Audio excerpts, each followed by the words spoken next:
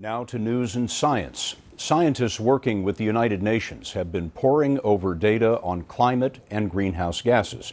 Their report is due out tomorrow. But anyone expecting it to show steadily rising air temperatures could be in for a surprise. Here's Mark Phillips. Another inconvenient truth has emerged on the way to the apocalypse.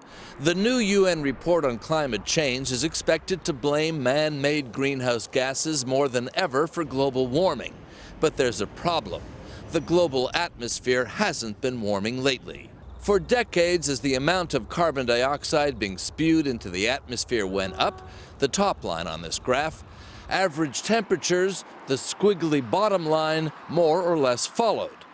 But since 1998, while the amount of greenhouse gas has continued to rise, the air temperature hasn't. Why not?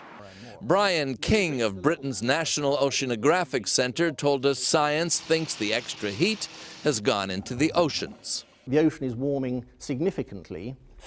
Still, and almost each year is warmer than the previous year, and certainly each decade is warmer than the previous decade.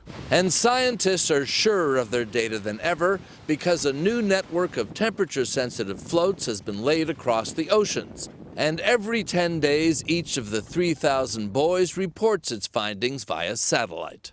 However the apparent pause in global warming is explained, it makes the task for the world's majority of climate scientists who urge urgent action now more difficult. For the skeptics, it's ammunition. Does this remove the sense of urgency? It has already. For Benny Pizer, who heads a climate policy think tank, the world doesn't need crippling cuts in fossil fuel use. It needs to build more flood barriers like this one to protect against the rising sea levels that melting polar ice and glaciers will cause. Are you saying that the measures that are being proposed for the quite significant reduction in the production of greenhouse gases are unrealistic, unreachable, wrong? What do you say? They are unrealistic and unreachable. And whatever happens to the temperature, the climate change debate is about to heat up.